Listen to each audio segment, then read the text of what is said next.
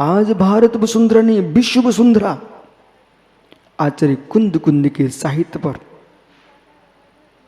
Research, खोज, अध्ययन विश्व में जारी है।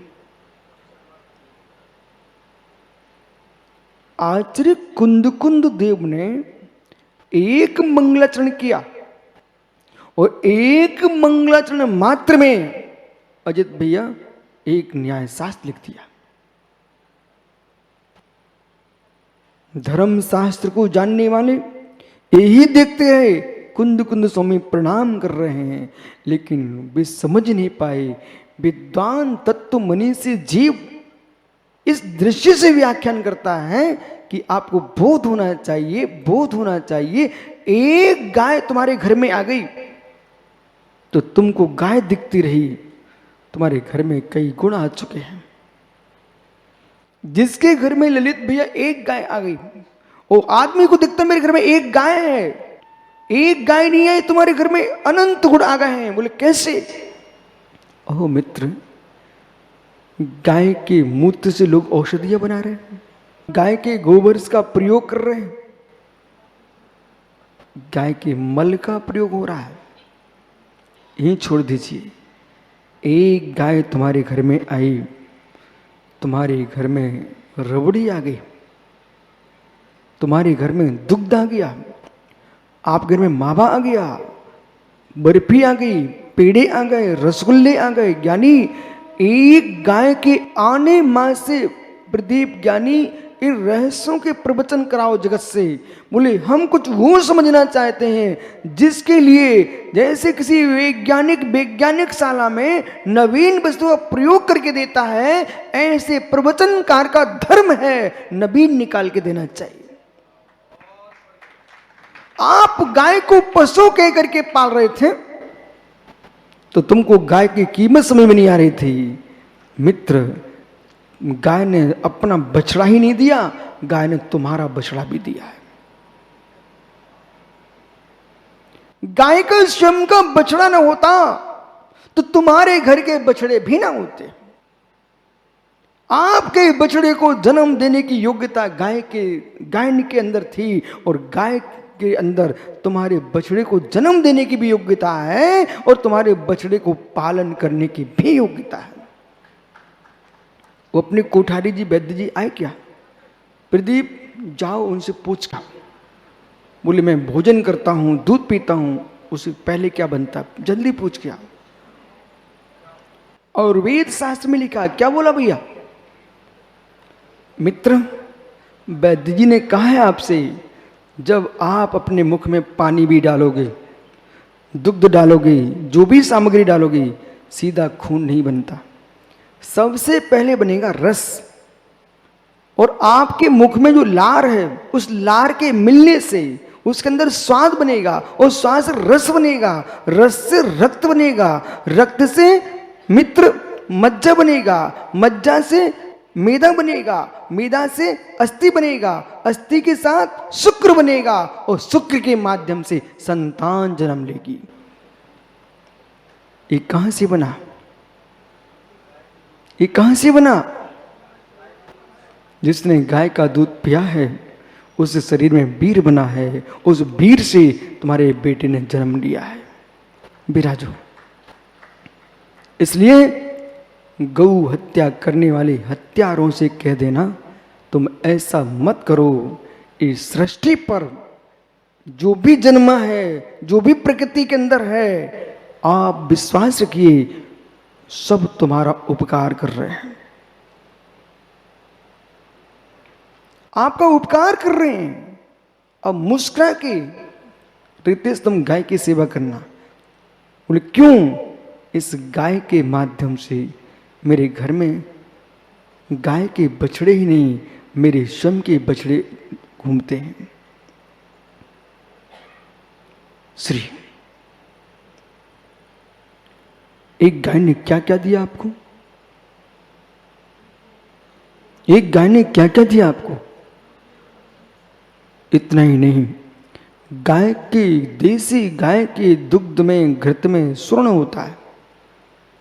देसी गाय के दुग्ध के घृत में बढ़िया तजी सोना होता है, भैंस का घी रख देना वो सफेद मिलेगा, वो गाय का घी पीला मिलेगा। उसके अंदर स्वर्ण धातु है, स्वर्ण धातु है। उसने आपको सोना दिया है, सोना दिया है। हे ज्ञानी, भोगी गाय का दूध घी का पान करेगा तो संतान देगा, और साधु गाय के दूध घी का प्रयोग करेगा तो सिद्ध परमात्मा बनेगा। अब विषय पकड़ते जाइए। द्रव्य वही है, द्रव्य वही है, उपयोग क्या है? नमः श्री वर्धमानाय। जब हमने कहा कि हम देवों को नहीं मानते, हम पुरुषों को पूजते, भूल नहीं जाना, हम पुरुषों को पूजते हैं। और दूसरे जी मित्र, देश में जितने विद्वान त्यागी वृत्ति घनघोर ज्ञानी लोग हों, उन सबसे आज प्रश्न करना। बोले मैं एक प्रवचन सुन के आया हूं कि जैनी देवों को नहीं पूजते, पुरुषों को पूजते। यदि ये समझ में आ गया तो आपको संपूर्ण द्वादशांग का देशना समझ में आ गई। संपूर्ण देशना समझ में, मतलब देव सुरक्षा होता है, देव सुरक्षा होता है, वो एवं भूतने का देव है। सुरक्षा देव एवं भूतने का देव है। तो दोषी जी की पत्नी भी कहती, देव मित्र इस सम्मान का देव है, न कि सुरक्षा देव है। तो देश में राजा महाराजा को भी हे देव, देव बोल देते थे। ये सम्मान का देव है। चक्रवर्ती भी देव कहलाता, राजा भी देव कहलाता है। वो मित्र, बहुत सारे लोग देव कहलाने लगते हैं। वे सम्मान के देव हैं, सम्मान के देव हैं। नारायण, बलभद्र, चक्रवर्ती, पृथ्वीनारायण, रुद्र, इनको भी लोग देव कहते हैं। ये सम्मान के देव हैं। ये सभी देव, देवगति की दृष्टि से सब अदेव हैं। ओहो, तो जगत में लोग पशु पक्षियों को भी देव के नाम से पूछ लेते हैं। तो मित्र इतना ही नहीं होता है, लोक में लोग देव के नाम से वनस्पति को भी पूज लेते हैं।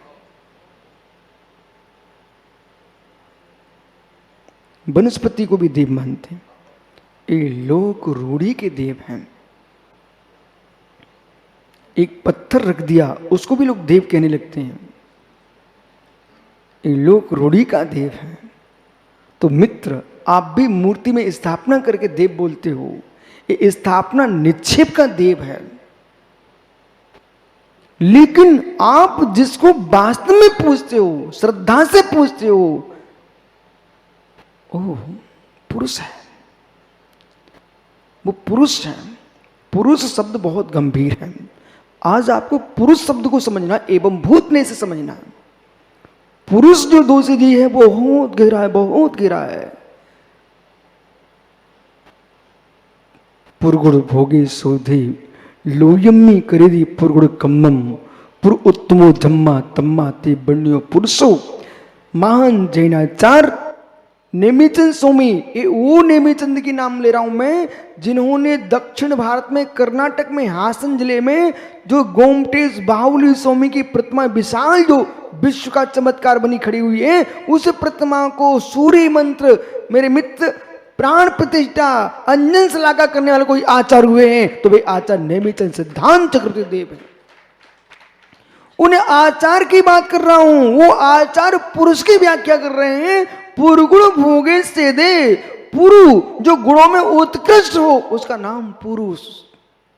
उत्कृष्ट भोग संपन्न हो, उत्तम कर्म करने वाला हो, उत्तम गुण संपन्न हो, उत्तम विचारशील हो, उत्तम कार्यशील हो, उसका नाम पुरुष है। अब आप लोग पुरुष की पूजा करते हो। किसकी कर रहे हो? पुरुष की पूजा कर रहे हो।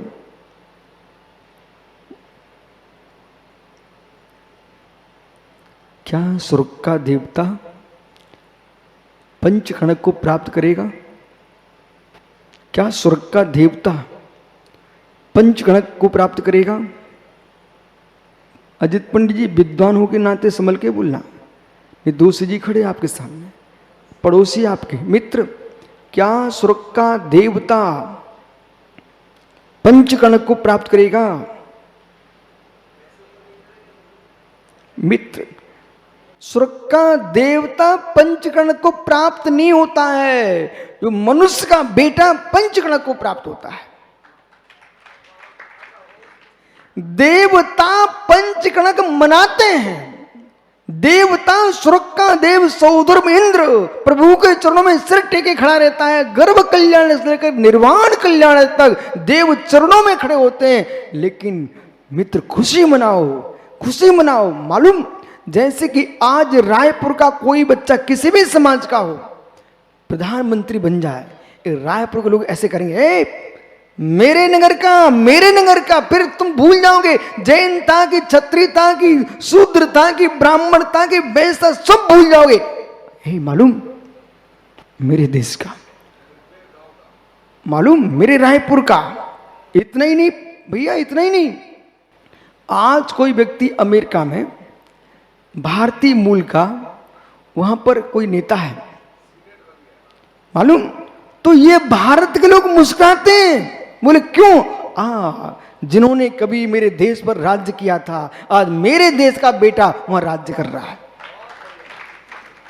कैसा लगा आपको? मुस्कुराए। तो मालूम तुमको, भगवान की वंदना अपन बाद में करेंगे। मैं उस बेटे की वंदना की बात आपसे कर रहा हूं जो सौधर्मेंद्र कोटि कोटि रमणियों से रमण करता हो, सौधर्मेंद्र स्वर्ग में आनंद लुटता हो। जब मेरे यहाँ का बच्चे को सिर पर रख करके सुमेरु पर्वत पर ऐरावत हाथी पर विराजमान करके जब पांडुकुब्र में जिनदेव का अभिषेक करता है, तब तुमको मुस्कुराहट इस बात की पहले आना चाहिए, हम मनुष्य धन्य हैं कि मनुष्यों के बच्चे को ये देव भी सिर पर लिए जा रहे हैं। एवं भूत नहीं कह रहा है। इसलिए भैया छोटे मोटे कामों में खुशी मनाएं तो क्या बड़ी बात। दूसरी जी, आप तो अब कोई मिले ना आपसे, ओ सज्जन हमें छोटा मत मानिए आप। अब क्या बोलोगे रीति सास से, मुझे छोटा मत मानिए। मालूम कोई देव आ जाए तुम्हारे सामने, वो व्यंतर खड़ा हो गया, कोई देवी खड़ी हो गई, कोई बहुत बड़ा देव आ गया, बोले सज्जन सावधान, तुम क्या मानो, तुम में वो ताकत नहीं है तुम भगवान को जन्म दे पाओ। मैं मनुष्य हूं, हमने 24 तीर्थंकरों को जन्म दिया है। हम उस कुल के हैं जिस कुल में मुनिराज बना जाता है। मैं उस कुल का हूं जिसमें आचार्योपाध्याय साधु भगवंत होते हैं। हम उस कुल के जिसमें अरहंत सिद्ध देव होते हैं। छोटी मोटी बातों की खुशी मना रहे हो पटवा भैया। लोग कहें ना, ये देव कुमार तुम्हारे बगल में पंडित जी बैठे हुए हैं, वे कहें बेटा तू बहुत धनवान है, बड़ा उद्योगपति है। बोले पंडित जी, ये पुण्य की बातों की प्रशंसा मत करो, तो प्रशंसा इस बात ही करो, हम जैन कुल में जिनदेव को मानते हैं। भैया सुन ललित, कितनी ही पैसा बढ़ जाए पर भगवान के चरण में छोड़ देना। खड़ा हो जा मित्र, प्रतिज्ञा तुम्हारी, कितनी पैसा बढ़ जाए, विश्व में छा जाए, लेकिन जब तुमको मंच माइक मिले तो ये मत कहना हम अजित पंडित जी की कृपा से पैसे वाले हो गए, कि बहुत बड़ा कोई नेता मिल गया, इसकी कृपा से बन गए। ये नाम नहीं लेना, नाम तो लेना ही आपको, इनका बाद में नाम लेना। यूं क्यों ना, हम उस कुल के हैं जिन देव की कृपा मेरे ऊपर है कि सात्विक जीवन जीते हैं, इसलिए संपत्ति पर बैठते हैं। प्रदीप तुम्हारा आज का सूत्र है, जो सात्विक जीवन जीता है वो लोग संपत्ति पर बैठते हैं। सात्विक जीवन जियो, विराजो सभी लोग में। आंख बहुत बात करना है मित्र। किसको पूछते हम? पुरुष को। सोनू कहीं घबराना नहीं, आकाश स्पष्ट बोलना।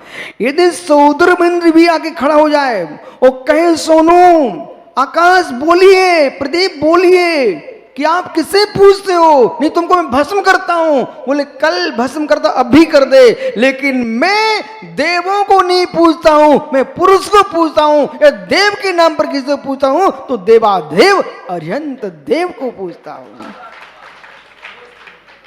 मैं पुरुष का पुजारी हूं।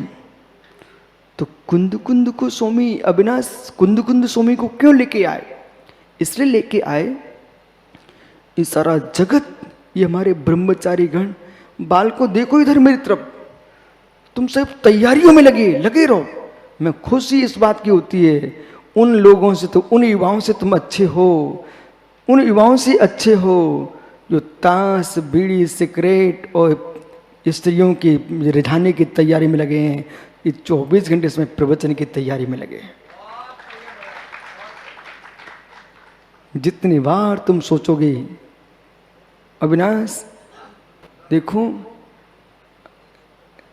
कवि लेखक एक अक्षर भी लिख लेना, उसे कोई हटाना चाहे उसके प्राण सटकते। फिर आपने कोई लेख लिखा, फिर 10 बार पढ़ते हो, आनंद आता कि नहीं आता? उस आनंद की अनुभूति वो क्या ले पाएगा? ओहो माँ, जब आप छोटे थे तो अपनी सखियों के साथ खेले हो, उस खेल में इतना बड़ा आनंद नहीं था। जब ये माँ अपने बच्चे को जन्म देती है और बच्चा पालने में अलग से होता है, घर में कोई नहीं होता है, तभी जब माँ अपने बच्चे के साथ खेलती है, वो आनंद स्वर्ग के देवों को नहीं है। किलकारियां बढ़ती, जैसे बच्चा बोलता ना, बच्चे की आवाज़ें माँ निकालती है। आप तो मनुष्य नहीं हो ना। मैंने त्रिंचनी को देखा, त्रिंचनी को, गाय भैंस भी जो ना अपने बच्चों, छोटे बच्चों को जब प्रेम से आवाज़ निकालती ना, बिल्कुल बच्चों जैसी आवाज़ निकालती। तो मालूम एक मनुष्य नहीं अपने बच्चे के साथ खेलती है, उसका आनंद देखो। फिर तीर्थंकर की माँ जिन तीर्थंकर बालक के साथ खेलती है, उसका पुण्य कितना प्रचंड होगा। लोगों को दिख रहा है माँ बच्चों को खिला रही है, लोगों को दिखता क्या, माँ बच्चों को खिला रही है, पर सत्य है माँ अपनी स्त्री पर्याय का आनंद लूट रही है।